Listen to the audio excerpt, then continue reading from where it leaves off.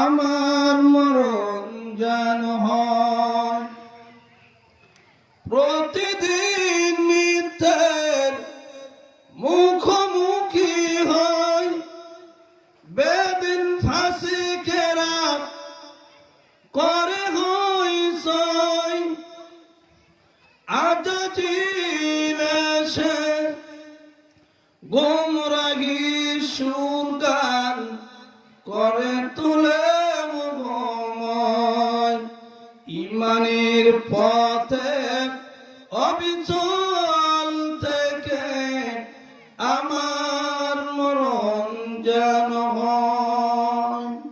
আলহামদুলিল্লাহ।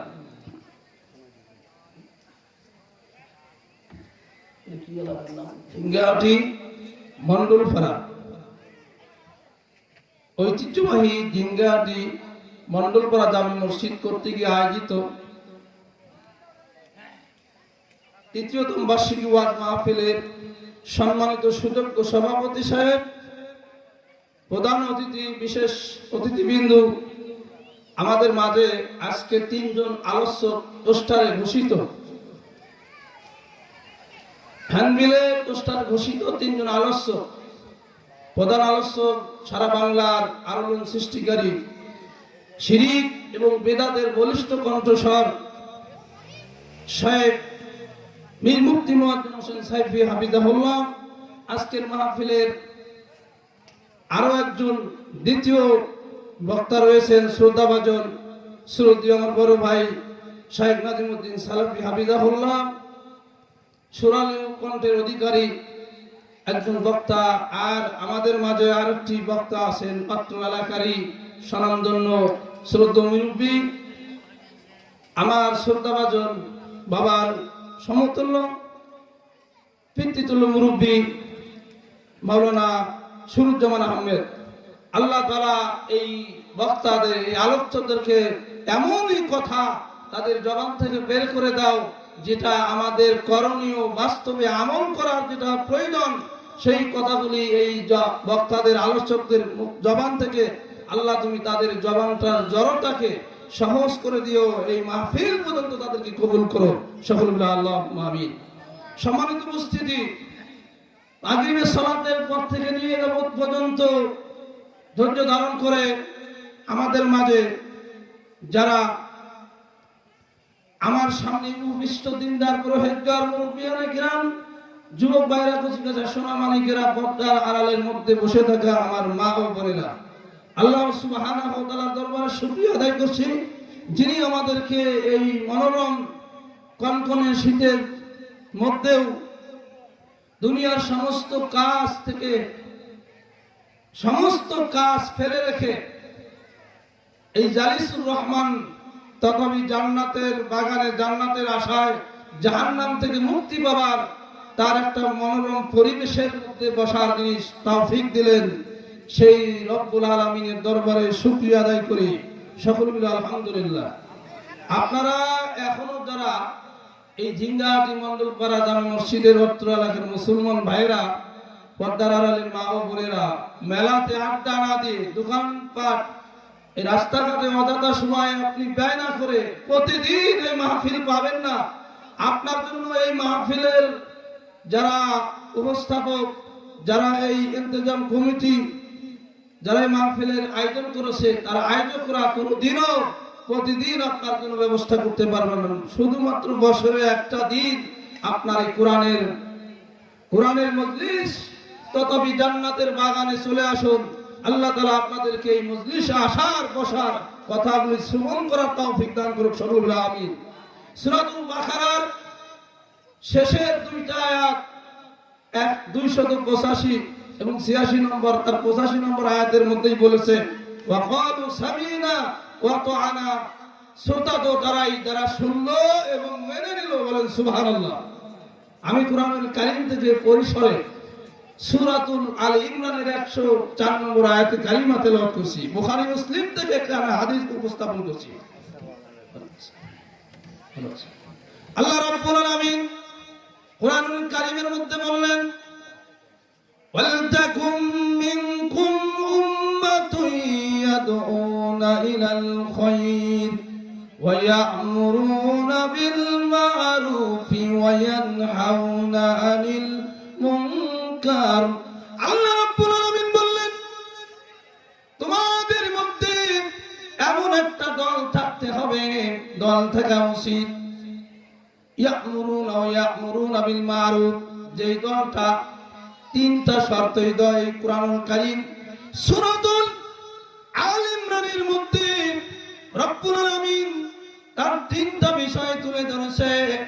আলতাকুম মিনকুম উম্মাতুন ইয়াদউনা ইলাল খায়র, তোমাদের মধ্যে এমন একটি দল থাকতে হবে যে দলটা কি করে সৎ কাজের আদেশ করে, সৎ কাজের আদেশ দেয় এবং অসৎ কাজ থেকে বাধা দেয়। ওয়ায়ামুরুনা বিল মারুফ ওয়া ইয়ানহাউনা আনিল মুনকার, এবং অসৎ কাজ খারাপ কাজ থেকে বাধা দেয়। ওয়া উলাইকা হুমুল মুফলিহুন, তারাই হবে সফলকামী। বলেন সুবহানাল্লাহ। কারা সফলকামী হবে? এই দল, তোমাদের মধ্যে এমন একটা দল থাকা উচিত যে দলটা কল্যাণের দিকে ডাকে। ওয়ায়াদউনা ইলাল খায়র, যে দলটা কল্যাণের দিকে আহ্বান করে। কল্যাণের দিকে কোন দলটা করে? যেটা আমাদের দল হলো পৃথিবীর মধ্যে অসংখ্য দল। আমি মনে হয় সময় সংক্ষেপ খুব কম পাবো। আমার আলোচনার ধারা ছিল দলের উপরে, ইসলামিক আন্দোলনের উপরে। আজকে মুসলিম মিল্লাতের উপরে অসংখ্য বাতিল শক্তিরা যারা এই ইসলামকে দূরীভূত করার জন্য কিছু পায়, তারা মুসলমানের ভেষ ধরে, টুপি জুব্বা পাগড়ি ভেষ ধরে এই আকৃতি নিয়ে আসছে মুসলমানের ঈমান ধ্বংস করতেছে। বলেন ঠিক কিনা? বলেন ঠিক কিনা? আজকে এই মুসলিম সমাজের ইসলাম থেকে তাদেরকে দূরে সরানোর জন্য অসংখ্য দলের মতভেদ ঘটেছে, কিন্তু দল মূলত হলো দুইটি দল। বলেন ঠিক কিনা? দুইটি দল। একটা হলো হিজবুল্লাহ, আল্লাহর দল, আর দ্বিতীয়টি হলো হিজবুশ শয়তান, শয়তানের দল। যারা কোরআনকে এরকম কি করে, যারা মুসলমান ঈমান এনেছে, ইসলাম এই দিন, আল্লাহর জমিনে ইকামতের দিন, তার জমিনের মধ্যে দিন প্রতিষ্ঠার জন্য কত নির্যাতিত হয়েছে নবী রাসূলগণ। আল্লাহর নবীর পূর্বে যত নবী রাসূলগণ, সাহাবী আজমাইনগণ শুধুমাত্র দ্বীনের জন্য তারা জীবন পর্যন্ত দিয়েছে। বলেন ঠিক কিনা? দলের জন্য, ইসলামের জন্য জীবনও দিয়েছে। আজকে আমাদের এই পৃথিবীর জমিনের মধ্যে অসংখ্য বিভ্রান্ত দল রয়েছে, যেই বাতিল পন্থীরা যারা এরকম, যারা এই আবু জেহেলের উত্তরসূরি, যারা আবু লাহাবের উতবা সাইবার উত্তরসূরি, যারা তারা ইসলাম কায়েম করতে চায় না। বলেন ঠিক কিনা? দিন প্রতিষ্ঠার আন্দোলন, কোরআন শিক্ষার আন্দোলন, তারা এই জমিনের মধ্যে আল্লাহর দিন, আল্লাহর কোরআনের আইন প্রতিষ্ঠিত হবে, এটা তারা কোনোদিন চায় না। বলেন ঠিক কিনা? একটু বড় জোরে বলুন ঠিক কিনা? আজকে কোরআন শিক্ষার জন্য, দিন কায়েমের জন্য, ইসলামী আন্দোলনের জন্য এই জমিনের মধ্যে প্রতিষ্ঠিত হবে, তারা সেই জিনিসটা চায় না। বলেন ঠিক কিনা? কে চায় না? আবু জেহেল চায় না, উতবা সাইবা, ফিরাউন, নমরুদ, এই সমস্ত বাতিলপন্থী স্বৈরাচারী জালেমের বাচ্চারা আজকে ইসলাম থেকে তারা দূরে আসে, আর মুসলমানদের উপরে অত্যাচারী পায়তারা শুরু করছে। বলেন ঠিক কিনা? আল্লাহর কোরআন বললেন, আল্লাহ রাব্বুল আলামিন অন্যত্রে বলেছেন, আল-ইয়াওমা আকমালতু লাকুম ওয়া আতমামতু আলাইকুম وأتممت عليكم ونعمتي رضيت لكم الإسلام دينا। কি করবে?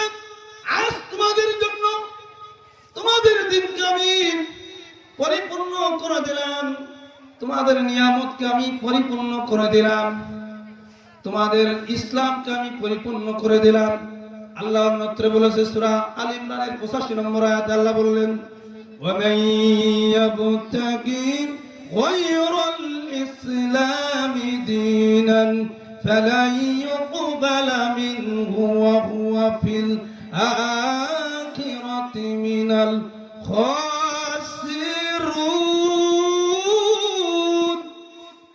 আকবার। আল্লাহ বললেন এই ইসলাম ছাড়া তোমার জীবন ব্যবস্থা হলো ইসলাম। ইসলাম ছাড়া তোমার কোনো তন্ত্র মন্ত্র আল্লাহ গ্রহণ করবে না, অন্য কোনো পথ তোমার জন্য গ্রহণ হবে না। একমাত্র দ্বীনের জীবন ব্যবস্থা হলো ইসলাম। আল্লাহ তাআলা যেন আমাদেরকে পরিপূর্ণ এই দাওয়াত অনেক আয়াত ছিল, উদউ ইলা সাবিলি রাব্বিকা বিল হিকমাতি, উদউ ইলা সাবিলি রাব্বিকা বিল হিকমাতি ওয়াল মাউইযাতিল হাসানাতি ওয়াজাদিলহুম বিল্লাতি হিয়া আহসান। অন্যত্র আল্লাহ কি বলেছেন, ওয়ামান আহসানু কওলাম মিম্মান দাআ ইলাল্লাহ ওয়া আমিলা সালিহান ওয়া ক্বালা ইন্নানি মিনাল মুসলিমিন। বলেন সুবহানাল্লাহ।